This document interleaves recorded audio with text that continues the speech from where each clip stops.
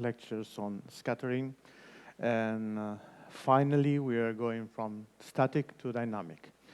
Well, since we did not coordinate our lectures, large portion of this will overlap for things you have already heard from Paola. But I guess that's no problem. If you're not familiar with that, it's good if you recall all these things again. Okay, so this is the outline a little bit of what I'm going to talk. So we will start with this time correlation functions. How do we have, before we only have space correlations. From just simple time correlation functions, we will go to space and time correlation functions, the two simultaneous ones. And the domain of these are R space and T time. And we will go to Fourier space in both domains. So we will go to the domain of frequency, which will be sort of the inverse of time, and wave vector, momentum, so to speak, the inverse of R separation. And then we will check what are the different inelastic scattering and dynamic regimes and which type of scattering techniques you might use, right? Okay, this is how you define in general time correlation function. It's simply an average of product of two functions, right? And this average is defined in time in this way. You can also, this is a time average. You could also perform an ensemble average on top of that, obviously. If you are in an equilibrium system, pay attention to that. The system is translationally invariant. That means T prime is indifferent whether it is just simply the origin, so we will take T prime as 0. So with this correlation function in time, we can go to correlation function in terms of frequency, right? Well, we will know later on, in particular case, the frequency spectrum. And this is just expression for a single, one-dimensional Fourier transform in time. Okay, this is one of the most typical correlation functions, dynamic correlation functions, which is the velocity self-correlation function, right? The velocity self-correlation function, obviously, if you have here just the velocity and you calculate the average for 0, you immediately realize that this is just the kinetic energy divided by m. So if you use the equipartition theorem and Boltzmann relation, you get to this kVt divided by m. So you know what will be the 0 time limit of the velocity correlation function. You can integrate this in time, or you can also do the correlation function with the position, not just the velocity. If you do that, well, you have the Einstein relation, which is telling you that for a certain type of movement, Brownian particles originally, is connected with the diffusivity. Right? This d here is the dimension. So you will have a 3 in the case of 3 dimensions, a 2 in the case of 2 dimensions, right? Now, if you integrate the velocity, obviously you get this. Due to this relation, you have the connection between Z, the velocity correlation function, and the diffusion. Because integrating this, you end up here. So the diffusion is just the integral of the velocity correlation function.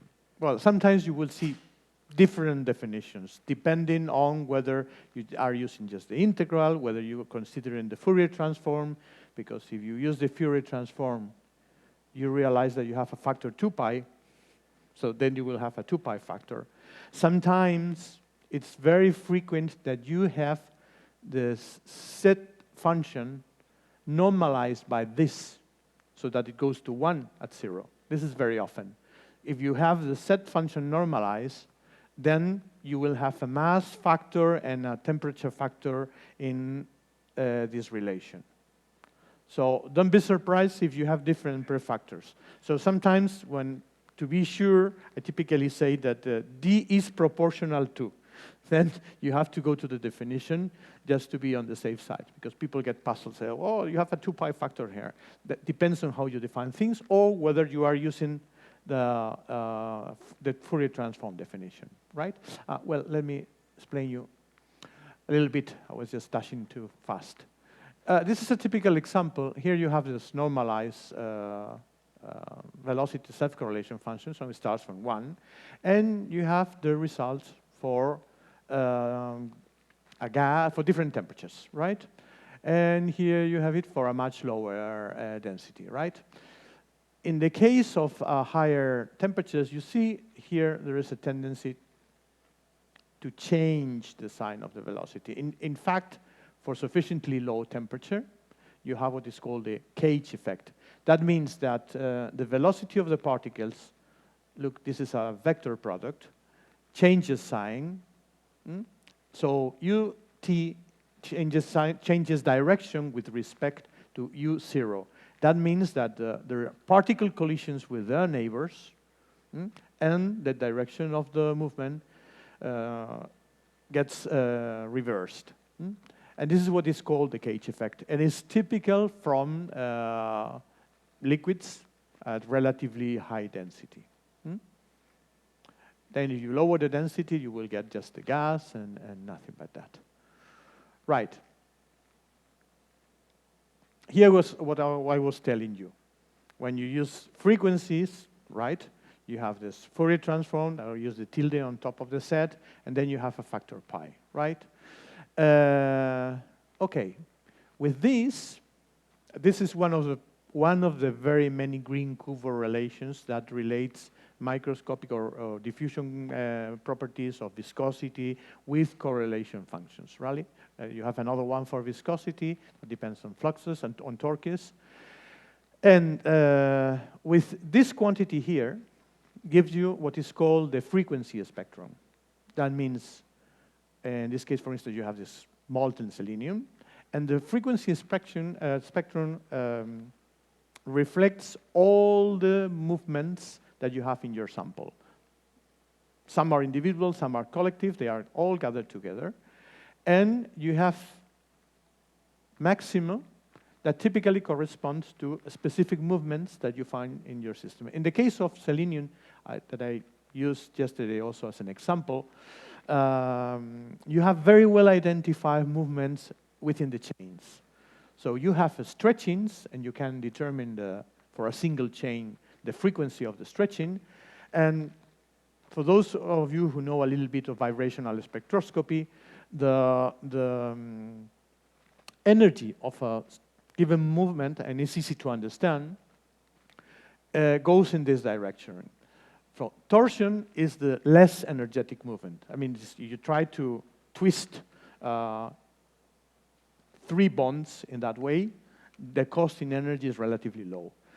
You bend an angle, well, that's a little bit more difficult. And stretching a bond is the most energetic movement. For this reason, you have here a peak here that corresponds to torsion of the chain. This corresponds to bending of the bond angles, and this corresponds to the stretching. So you're having a vibrational spectrum. And now there is something that is very important and that I want to stress. You study vibrations and say, oh, but you can do that with Raman spectroscopy, and you can do that also with infrared spectroscopy that sample these sort of movements. Well, there is something different when you use neutrons as a probe to get the frequency spectrum. Neutrons do not have selection rules. That means they sample all possible vibrations. Whereas you know that you have specific rules for infrared. Infrared samples excitations of the dipole moment. And since these are changes in the dipole moment which interacts with the incident infrared radiation, that means that the movement you are sampling has to be asymmetric. There has to be a change in the dipole moment. For instance, if you have I don't know, this methane, which is a particle like this, a tetrahedral, and the molecule breathes, because the hydrogen, they move all away from the carbon, the dipole moment does not change. So this movement is invisible to infrared spectroscopy, but not to neutrons. You will see it as a stretching frequency in a high frequency range. On the other hand, it's visible to Raman spectroscopy, because Raman samples polarizability. When you do this, the size of the atom, the electronic cloud, gets bigger. So polarizability changes. So this type of movements are visible to Raman spectroscopy. Both spectroscopy are complementary. But here you can sample everything, even translational movements, because translational movements are these low energy excitations that you have here. You can interact even with phonons in the lattice, and in the limit of Z going to 0, you have diffusion. You have the pure translation of the particles, right? So it is very powerful in this respect. Expensive, right? This is taken from molecular dynamics. Is there a correlation between the time you choose to actually extract this data, because you have to access this? Of course. I mean, if you obviously, well, in this case, this data analyzed were ab initio. You need a sampling to properly sample the high frequency modes. You have to use a time step around 0.1 femtoseconds, 0.2 femtoseconds. Yeah, because otherwise you don't see it. I mean, if you use the standard 1 femtosecond or even 0.5, 0.5 you get a lot of noise there. With 1 you don't see anything, because the bonds are just they vibrate too much, so too fast. So you have to be careful with all these things. Okay, let's see. We can actually expand this quantity, perform an expansion, and the first momentum of the expansion in terms of time is precisely this one, that is just the force divided. And this is important. If all particles are identical and interactions are pairwise additive, well, this omega 0 ends up being a very important quantity, that is Einstein's frequency. That gives you a measure of the strength of the interactions, okay? And you can calculate it in advance. So you can estimate the short time behavior from the knowledge of the structure and the knowledge of the potential. So this is the initial drop in the velocity self-distribution function. You just get it from there. Okay. Let's go to space and time correlations. Once again, we have the definition of the density, only that now we have positions and positions that move in time, right? So we have the Fourier transform in Q space, right? And now we have to take into account also the flux. The flux is just nothing but the movement of the particles.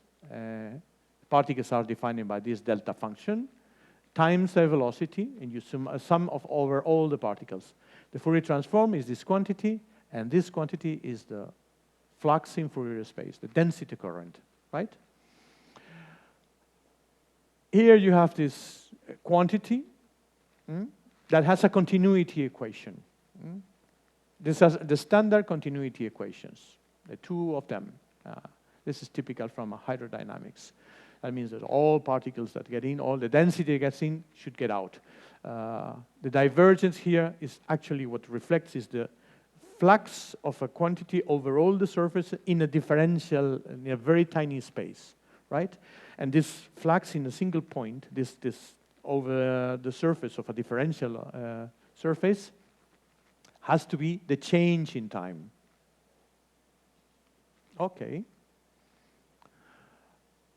All the quantities that you can calculate are momentums. So this is a standard thing that you do in statistics, is calculate momentums of the distributions.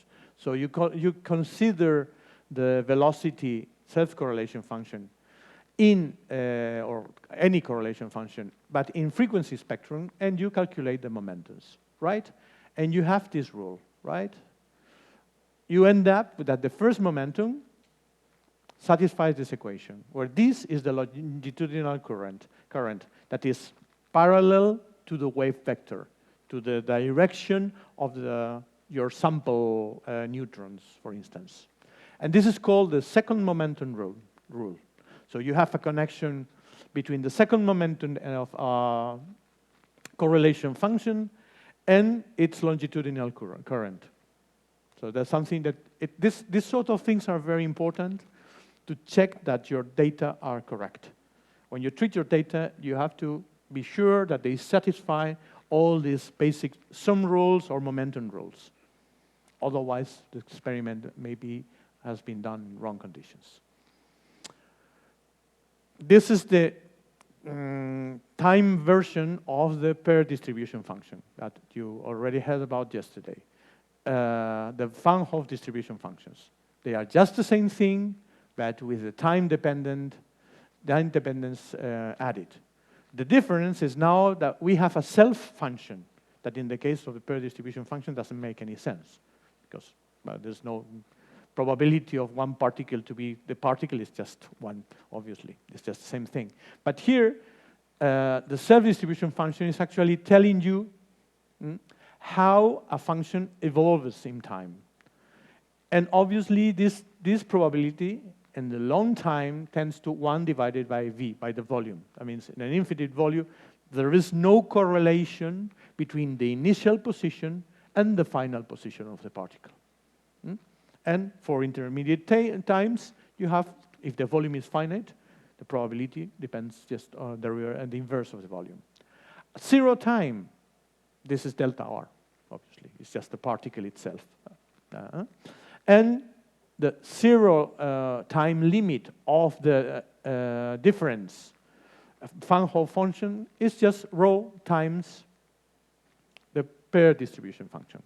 This is another rule that you can check.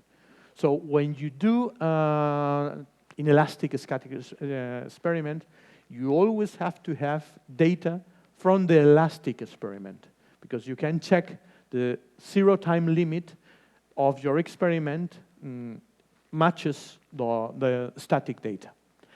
In the limit, this quantity goes to rho. And it goes to rho because you have a 1 over V time, but on top of that, you have the number of particles, because this implies multiple particles. Okay.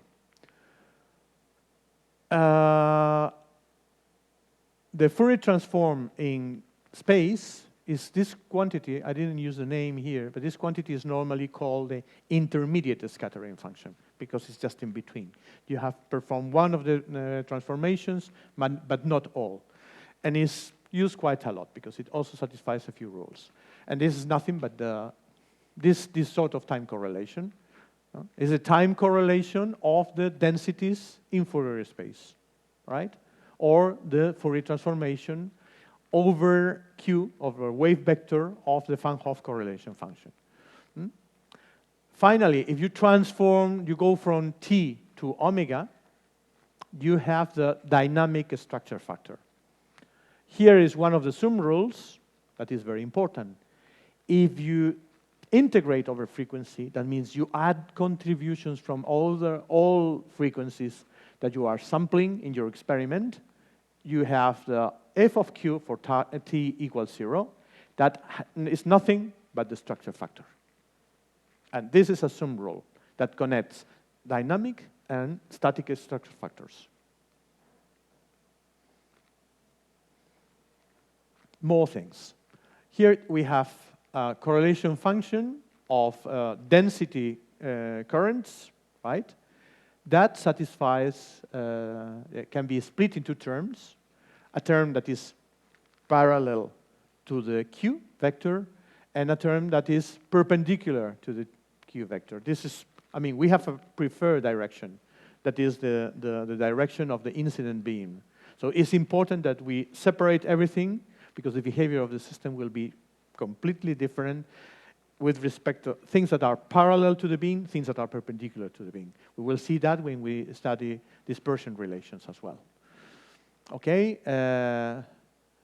this one, the parallel one, comes from the longitudinal currents along Z, if we define Z as the direction of the beam, right? And this one, for instance, would be the one corresponding to the X, the perpendicular direction, or the Y. In principle, for a homogeneous system, both will be the same. This will be for a liquid or a fluid in general. These are the continuity equations. And for the parallel rule, well, that should be a 0 here, right? The parallel correlation function for t equals 0 satisfies this relation. It's the second derivative in time of the intermediate distribution function, the intermediate scattering function, right? If we now Fourier transform this, you go back to your knowledge in mathematics, when you transform a derivative and go to Fourier space, you get a factor I omega or IQ, depending on whether it is space or time. So the Fourier transformation of this gives you the Fourier transform of the parallel distribution, the parallel correlation function, omega squared times that time. So that's another important relation that comes from the continuity equations. Okay, what is the zero, the t equals 0 value of this, of the transverse? Is nothing but that, Einstein's frequency squared. Another sum rule that you have to check for, right? What is the first momentum of this quantity? Einstein's frequency again. So you have a lot of relations that are helpful to see if things are going on properly. Let's go back to inelastic scattering. Recall that we have two types of scattering, in which one was implying energy loss and the other one was implying energy gain. And energy is transferred from excitations in the sample. So the sample has to be excited. I mean, if we do neutron scattering at 0 Kelvin, we will not have elastic scattering in principle. But you have phonons, you have plasmons, you have all sorts of collective excitations. So let's see how we deal with this. Okay, the probability of going from the original state to the fundamental state to the excited state that after the scattering phenomenon, if you use quantum perturbation theory, is given by this quantity. That's the transition, and this is the scattering potential, right?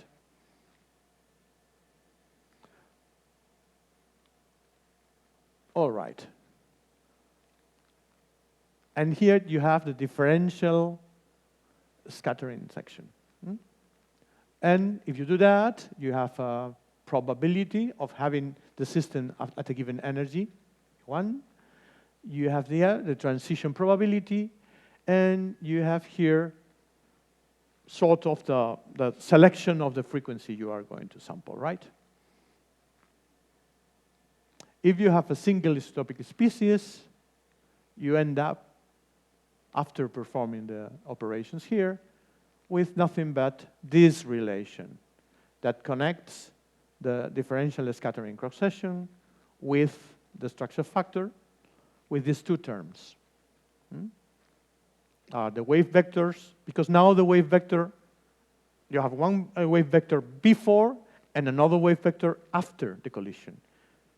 Not like we had in elastic scattering. That's the reason why you have K2, K1, right? If this was elastic, you will have a factor 1 here, right?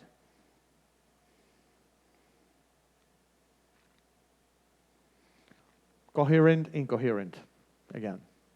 We can split these terms, right?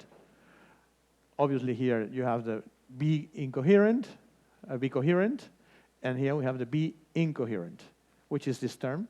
It's the sort of the dispersion in the values of the B, right? And that the self part comes from the self part.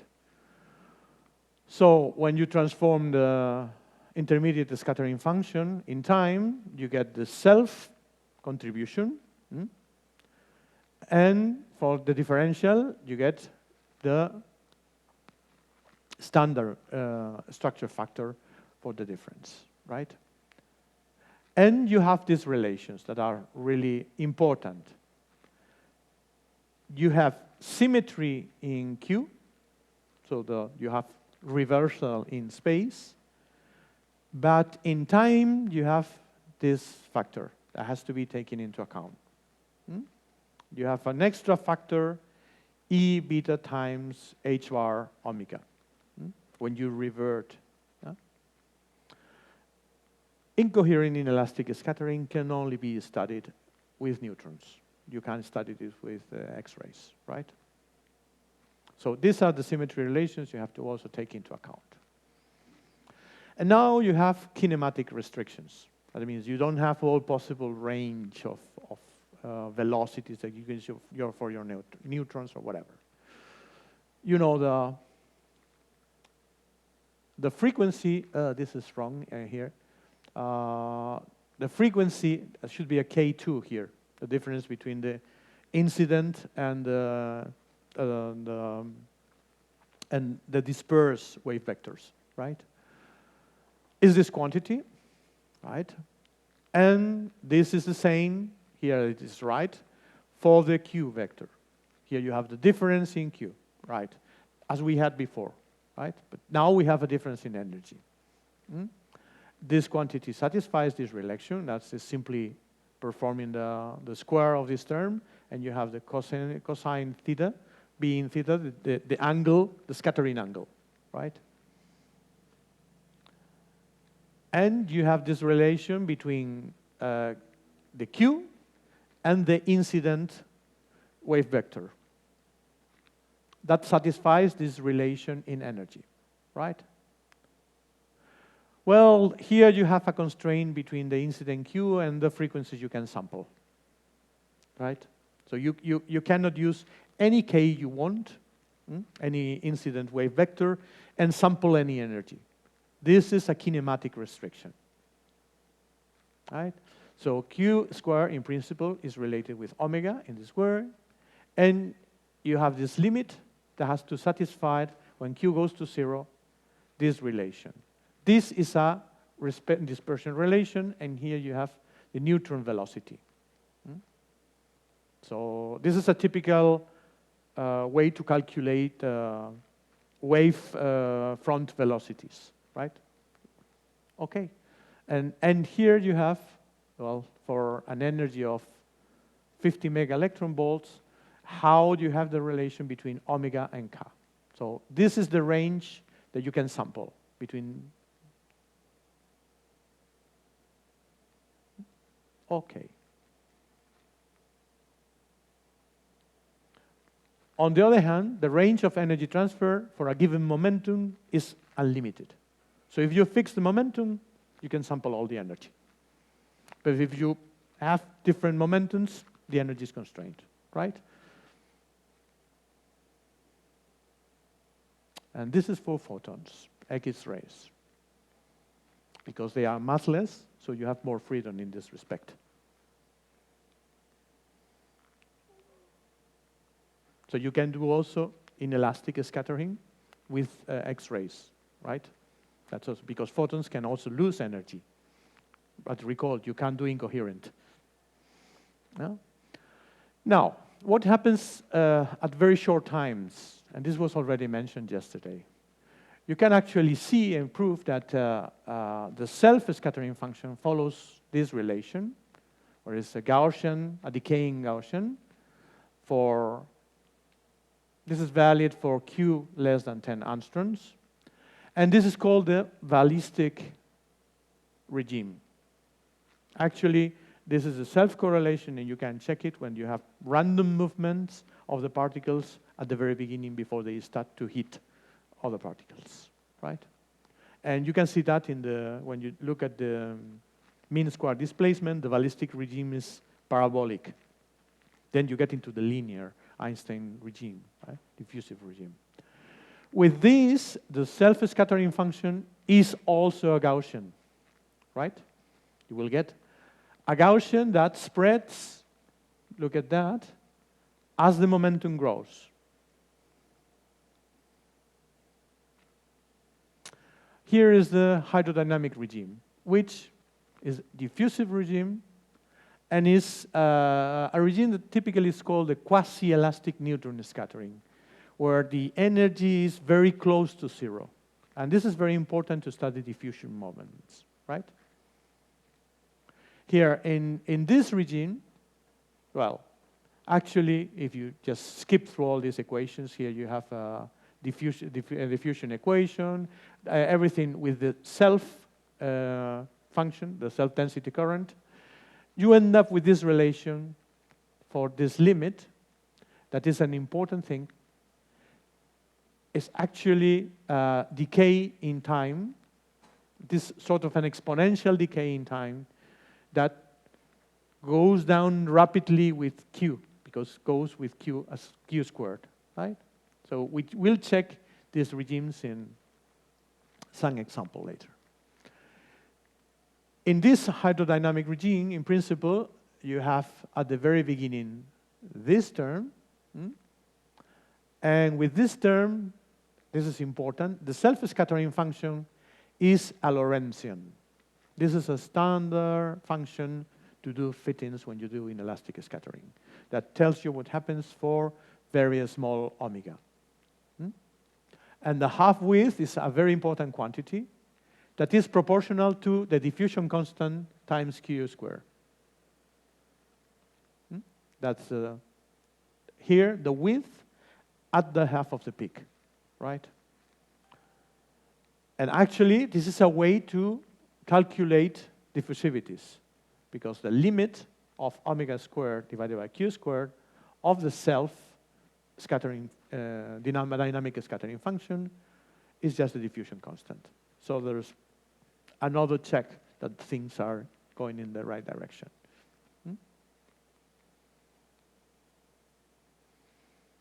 Now, we look at the longitudinal current correlation, which is this quantity, and look, lo and behold, if you look at the velocity self-correlation, it just happens to be the limit of this quantity when Q goes to zero, which is the limit of this quantity also when Q goes to zero. So the Fourier transform of the velocity, that's the frequency spectrum, is this limit of this integral. So the limit of this quantity, by which, using the self-scattering function, you can get also the frequency spectrum. That's the way to access the frequency spectrum from the node, using neutron. What we showed you, what I showed you before, was the way to get it in computer simulation. But how do you get it in experiment? This is the relation that gives you the frequency spectrum, using the self-correlation function. Why the self-correlation function? Because the quantity you are studying is the correlation, the self-velocity correlation function. That is the correlation of the velocity of one particle with itself a long time. So it's a single particle property, not a two-particle property.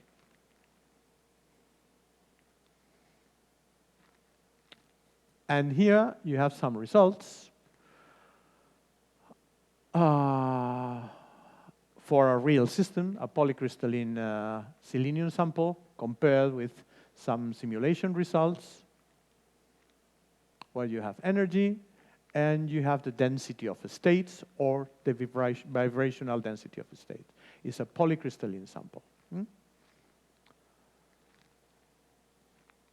And, well, what happens here is that the very low frequency modes are lost because the experimental results correspond to a non-zero small q vector. So you should be able to use smaller q vectors, but that's very difficult from the experiment, right? So the computer simulation gives you this result that has more or less the peaks, but you lose all this information at very low frequency modes. Here you have another example. That's the vibrational spectrum of silica glass. Why do I show you this? Because here you see the effect of different isotopes. Since this frequency spectrum reflects vibrations, vibrations depend on mass. And the frequency spectrum will be different depending on the mass of the isotopes, right? So you have in dark O18 and in light O16. And you can see the difference and the shift towards higher frequencies in that case. That is, the lower the mass, the faster the vibration. Right? And here you have ab initio modeling and inelastic neutral scattering. And I insist once again, no selection rules. Here all vibrations are active. Okay, now let's see what happens in the quasi-elastic neutron regime. If we do expand this a little bit, Lorentzian we have, well, the terms, you can actually prove, that's more or less complex, I go only just to the formulas, that you have the diffusion and the transversal direction, this Q term, and an omega term, right? Plus these two contributions. Well, these two contributions give you this shape, this Lorentzian, plus two wings. And this is very important because these two wings are separated by a quantity that can also be measured experimentally, the velocity of sound, right? So you have there some really interesting information. If you go to higher energy losses or gains, so this is energy loss, this is energy loss. In this case, the two wings are hidden here. Sometimes what the people do is they use some tricks, they do some fitting, and you do the convolution of the two wings with the central to extract a position where you have the peaks of the Rayleigh lines. These are called Rayleigh lines. And the central one, and the two peaks are the Brillouin lines, right? Those that are further away are just inelastic. And those that are at very low frequencies are called quasi-elastic because the energy gains or losses are really small. So very many times you will hear about quasi-elastic, quasi-elastic. What does it mean? That means that you are studying a very small amount of energy transfer that typically is restricted to this, limited by the velocity of sound times the momentum. Okay, things that happened when you change Q. Well, if you are close to Q, you have this thing, and you have the presence of these Brillouin peaks, right? And you have the sound waves, right? This is, you are sampling sound waves. For Q times diameter equal to 2, so look at the distance, this is a scale with the particle diameter, right? The sound waves are attenuated, and you end up with a single peak, right? And if you go to the maximum, if you go to this position, to the maximum of the SQ, you have a phenomenon that is called the de Gennes narrowing. The peak goes really very narrow compared with the other peaks, right? So that means that you have strong space correlations, right? And if you go further in Q, you approach the free particle limit. Because further away in Q, that means that you are very short particle separations. So away from particle collisions. So that's the free particle limit. So you can use the Gaussian approximation, the ballistic regime, right? Now, you can connect the frequencies with the wave momentums you use, and you have the dispersion curves. With the dispersion curves, you can actually obtain the velocity of the modes you're exploring, right? So when you have modes that are like that frequency and k go to 0 at the same time, these are called sound modes. That's the way that sound waves behave, right? Have a zero dispersion, a zero energy. And this is that corresponds to the interaction with phonons. So you are sampling phonons. And this is a typical case for aluminum. So here you are sampling the phonon dispersion curves in aluminum, right? And you can do that with inelastic scattering. Now, for other systems, you find this funny thing. You have the acoustic modes, but you also have optical modes. That means these are modes, typically transverse modes, that do not go to 0 as the k vector, the momentum goes to 0. And typically these are the transverse modes. So normally you have one acoustic mode, two transverse modes for a simple material. And everything can be sampled. These are the regions of energy and the different techniques you can use to sample. So at very low energies, you are in the quasi-elastic regime, where you have collisions between particles. Further away, you move to rotational movements, microwaves. Recall that a microwave, actually, when you heat water, you are exciting the rotational movements of water, right? Further away from the rotation, you have the acoustic mode, the interaction with the phonons. So this you sample perfectly with neutrons. And you move towards the infrared frequencies, and you have the vibrational modes that correspond to the optical modes. Further away, you have already energy transfer, recoils, and electronic modes that you do not sample with neutrons, right? You may provoke interactions of this type, but you do not sample them. Okay, this is the summary of cross-sections, idealistic cross-sections. So you have the coherent, you do not have energy loss, and so you have single peak, and you obtain just the positions of particles. If you have incoherent, you have a uniform background, you have nothing. That comes from the fact that you have substitutional disorder, for instance, or vacancies, or different spins, or whatever. When you sample coherent, and there is energy loss or energy gain, you get a peak like that at omega naught, well away from 0, and you are sampling, for instance, vibrations of your lattice, right? And here, when you sample incoherent, and you are in this regime, and the quasi-elastic regime, you sample diffusion modes, diffusion movements. So depending on what you want to study, you have these alternatives, and well, then you have to talk to the instrument scientist to tell you how you have to perform the experiment, how he will have to perform the experiment. Okay, so far so good. And let me tell you a few final remarks. If I can get my cursor back. There.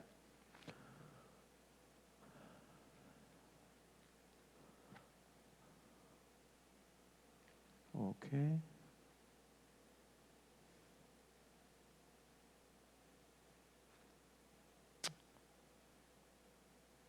Open recent. There it goes. Slideshow, play from start. And this is just a very short summary of things. Okay, if you are planning and performing your experiment, the first thing you have to take into account is you have to choose the right type of experiment for the spatial range you want to study, right? So techniques you have available, well, these things are changing by the day, and I'm not an experimentalist, so maybe now there are more and more techniques. Okay, for the case of you want to really go look from very, very small wave numbers, there, because this is a really very small one, to 0.01 angstrom, that means correlations at very, very long distances, for instance, between huge colloidal particles or similar things. You have the ultra small angle neutron scattering. Problem, there are very few sources for that. These are expensive experiments. So you really have to have a problem that justifies the use of UNS, right? Small angle neutron scattering. Okay, this is sort of rather common, and you have a range that is relatively wide as well. It's 10 to minus 3. Here you have 2 orders of magnitude, right?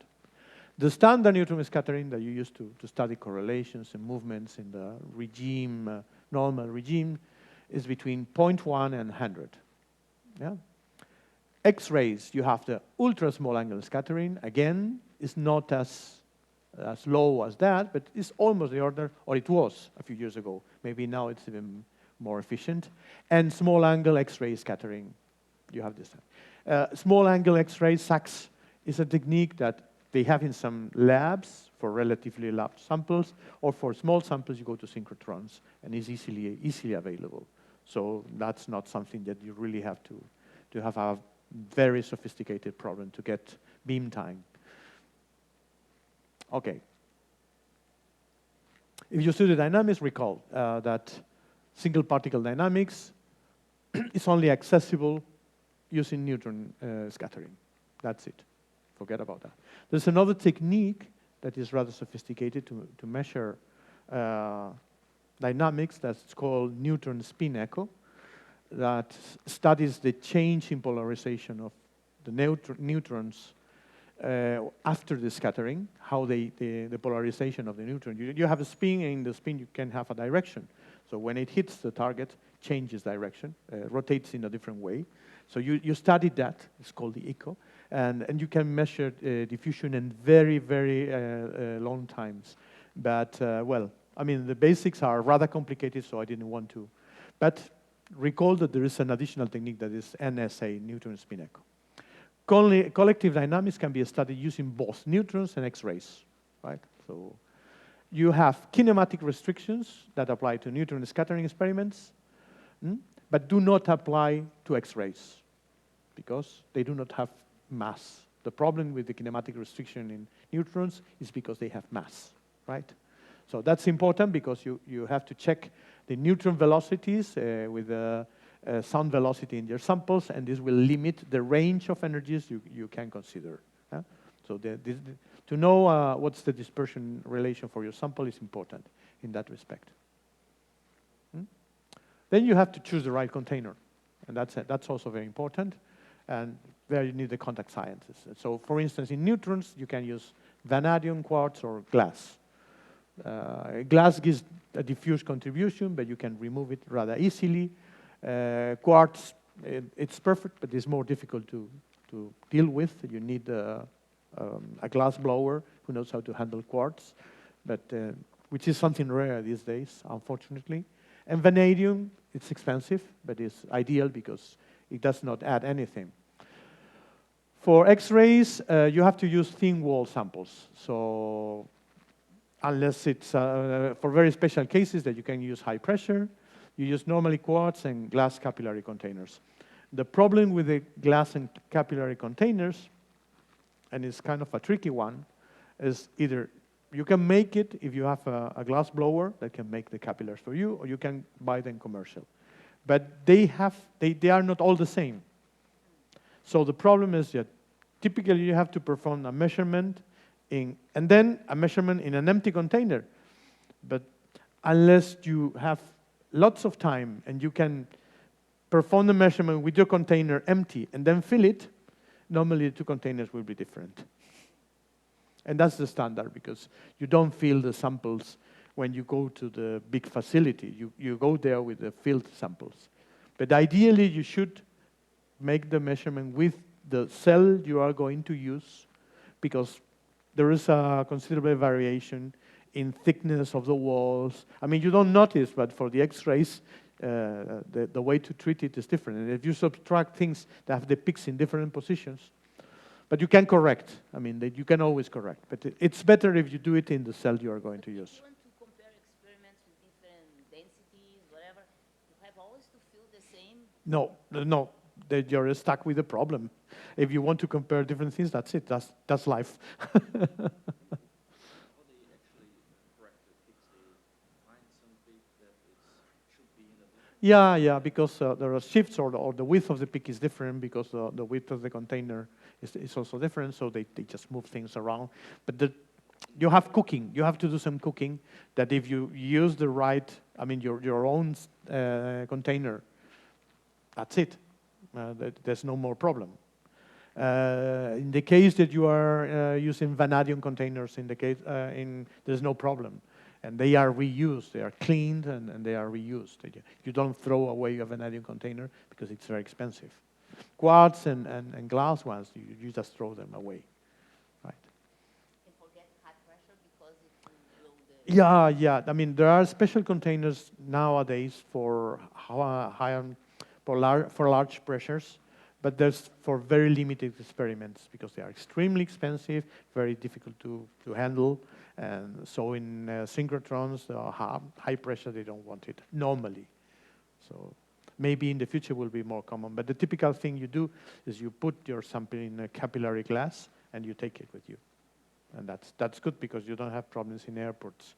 Otherwise, when you carry large containers, you have to explain things to the guys, and it becomes complicated sometimes. Okay. This is a typical example of an experiment we did. You have there, the peaks are the peak is coming from our sample, and this funny shape is actually the shape that comes from the capillary. So you have to subtract, but the subtraction, it will be, it won't be exact. So that's the whole thing. So you. But since it's smooth, Yeah. you will not add any peak. No, that's not. If you only care about the positions of the peak, you don't even have to do that. But if you want to do a study, or you want to study the widths of the peaks, which is also important sometimes, then you are. If you want to perform a reverse Monte Carlo, for instance, you can't have this because that will screw all your data, because the reverse Monte Carlo will try to fit the data into the information that it's getting from the capillary. Okay.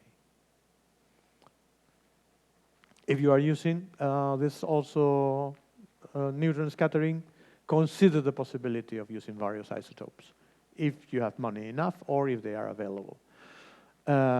This will signal specific contributions, as I mentioned. For instance, even in dynamics, you will see that this vibration comes from these atoms because you change the isotope and it has changed position.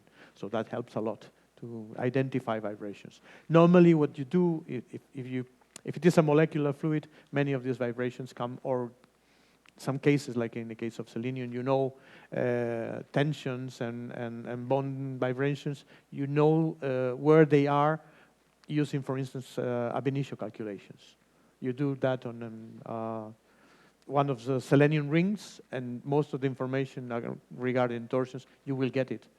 Or even you can do infrared and Raman spectroscopy on the selenium gas formed by rings and get all this information there and match it to the information you get in.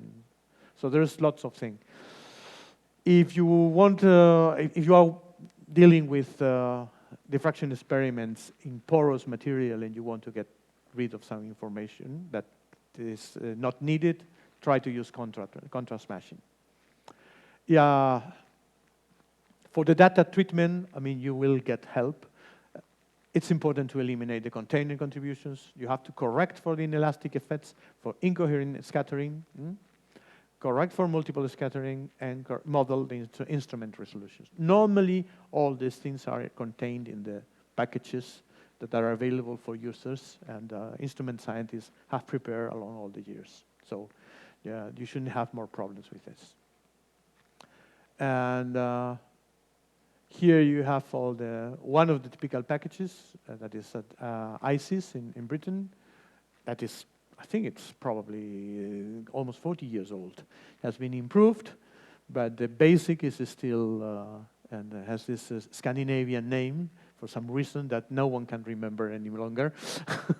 And that's the standard. It handles all these those different instruments that have these names: Sandals, Nimnum, Gem, Polaris, IC, I don't know, all these things, right? Finally, when you go to R space, Fourier transformation is hardly available unless you are dealing with a very simple system. You have to resort to reverse Monte Carlo. And if possible, using molecular dynamics to be sure and retest your results. And that's it. If you ever do these things, then it's good luck. Does it?